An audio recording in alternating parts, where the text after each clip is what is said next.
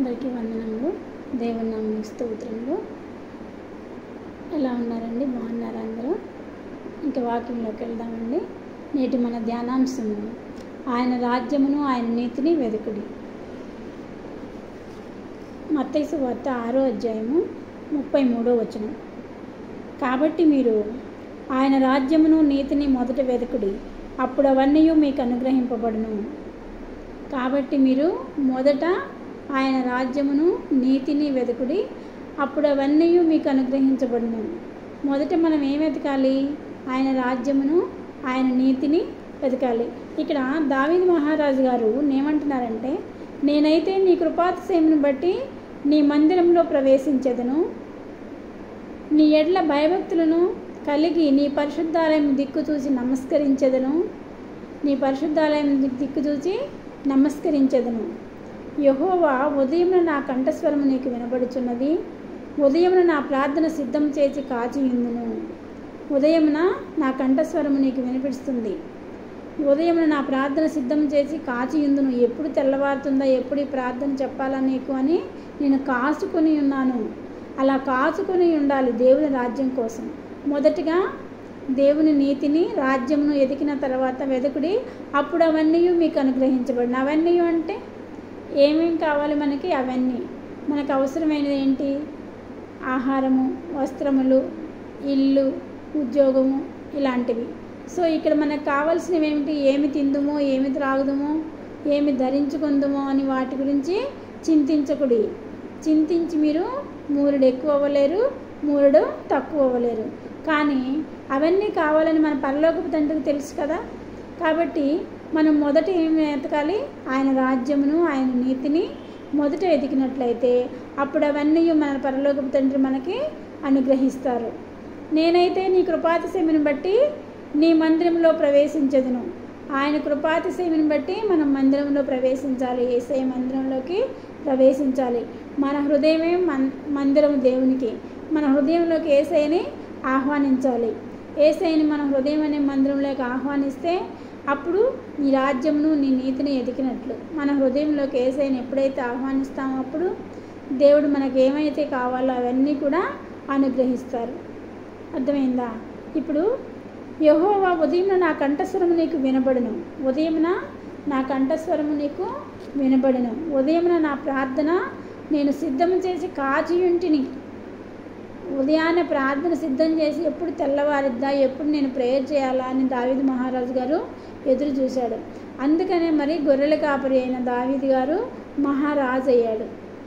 మనం కూడా ఆయనకులాగే మరి ఉదయం మన కంఠస్వరం దేవునికి వినిపించి ఎప్పుడు తెల్లవారుతుందా, ఎప్పుడు ప్రార్థన చేద్దామా అని మనం ఎప్పుడైతే ఆసక్తితో ఉంటామో అప్పుడు ఆయన నీతిని ఆయన రాజ్యంను వెతికిన వారం అవుతాము.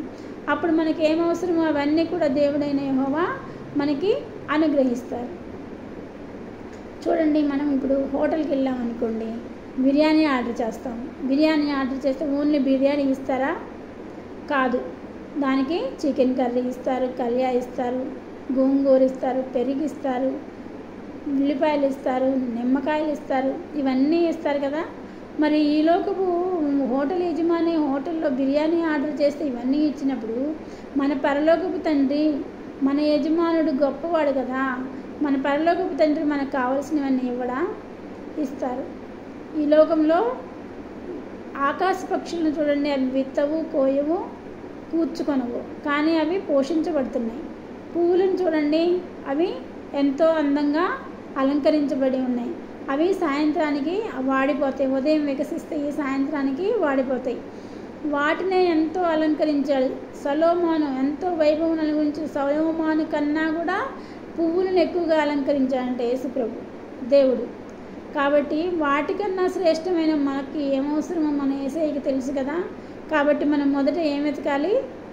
మన రాజ్యమును, మన యేసయ్య రాజ్యమును. కాబట్టి మీరు ఆయన రాజ్యమును నీతిని మొదట వెతుకుడి, అప్పుడు అవన్నీ మీకు అనుగ్రహించబడును.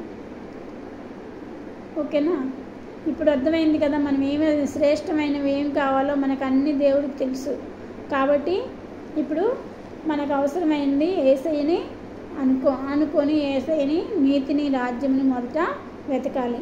తెలియని వారికి మొదట యేసు ప్రభువు నీతిపరుడు నీతిమంతుడు అని తెలియని వారికి యేసు ప్రభువు నిజమైన దేవుడు అని నోటితో ఒప్పుకుంటే మనకి రక్షణ అనేది వస్తుంది.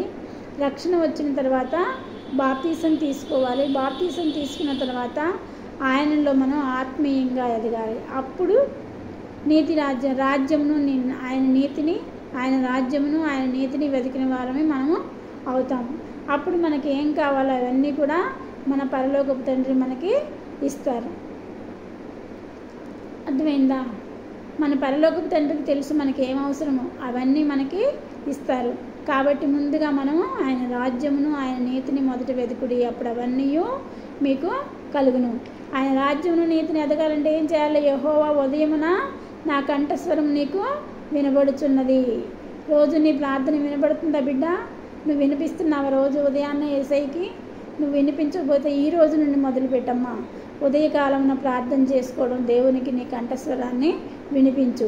ఉదయం నా ప్రార్థన సిద్ధము చేసి నేను కాచి ఇందును అని ఏం ప్రార్థన చేసుకోవాలో అది ముందే రాత్రే దాన్ని నేను నిర్ణయించుకొని ఈ ప్రార్థన నేను రేపు ఉదయం చేయాలి అని కాచుకొని ఉండేలాగా ఉన్నట్లయితే ప్రభు అయిన యేసు మన యొక్క అవసరాలన్నీ కూడా తీరుస్తారు. ఈ చిన్న వాక్యం దేవుడు దీవించుగాక. ప్రార్థన చేసుకుందాం. ప్రతిరోజు నా వాక్యం వినాలనుకున్నప్పుడు సబ్స్క్రైబ్ చేసుకోండి, మీకు నోటిఫికేషన్ వస్తుంది. సర్వశక్తి మిక్కిలి కృపగల ఘనమైన యేసురాజు మీ పాదములకు స్తుతులు స్తోత్రములు తండ్రి. అద్భుతకరుడ ఆశ్చర్యకరుడ అనే పాదములకు స్తోత్రములు నాయన. ఇదిగో ప్రభా, మొదట నీ రాజ్యమును నీ నీతిని వెదకమన్నావు తండ్రి. అయ్యా, మేము ఇక్కడ తలలంచిన ప్రతి ఒక్క బిడ్డ ప్రభా నీ రాజ్యమును నీ నీతిని ఎదుకున్నట్లు సహాయం చేయండి ప్రభా. అయ్యా, మొదట నీ రాజ్యమును నీ నీతిని ఎత్తితే ప్రభా మాకేం అవసరమో అన్నీ అప్పుడు అవన్నీ అనుగ్రహించను అని చెప్తున్నావు తండ్రి. అయ్యా, ప్రతి ఒక్క బిడ్డ అవసరాన్ని తీర్చండి ప్రభా. అయ్యా యేసయ్యా, నీకు వందనాలు స్తోత్రాలు ప్రభా. ఈ రాత్రికాల సమయంలో ప్రభా తలలంచిన నీ బిడ్డలందరికీ ప్రభా యేసయ్యా నిన్ను మంచి మనసు అనుగ్రహించండి ప్రభా. వేకుజామును లెగిసి ప్రభా మా కంఠస్వరం మీకు వినిపించేలాగా నాయన మమ్మల్ని ఆయత్తపరచండి ప్రభా. అయా, మీ కృపతో మమ్మల్ని మారు మనసు పొందడానికి సహాయం చేయండి ప్రభా. అయా, నిన్ను వెంబడించడానికి నీ కృప మాకు అనుగ్రహించండి ప్రభా. అయా, నీ కృప లేకపోతే మేమేమీ చేయలేము ప్రభా. అయా, నీకు వందనాలు స్తుతులు స్తోత్రములు ప్రభా. అయా, మేము మొదటి రాజ్యమును నీతిని ఎదిగినట్లయితే మాకు అన్నీ అనుగ్రహిస్తా అన్నావు తండ్రి. అయా, నమ్మకంతో విశ్వాసంతో ఈ దినం ప్రభా ఇక్కడ ఎంతమంది ప్రార్థిస్తున్నారో వారందరి ప్రార్థనలు ఆలకించండి తండ్రి. ప్రతి ఒక్కరి ప్రార్థనకి ప్రతిఫలం అనుగ్రహించండి ప్రభా. అయా, నేను చేసిన ప్రార్థనకు ప్రతిఫలం అనుగ్రహించి ప్రభా మేమందరము మొదట నీ రాజ్యమును నీ నీతిని ఎదుగువారుగా ఉంటూ సహాయం చేయమని మా ప్రభువును ప్రియకుమారుడైన యేసుక్రీస్తు నామమున అడుగుచున్నాను తండ్రి. ఆమేన్.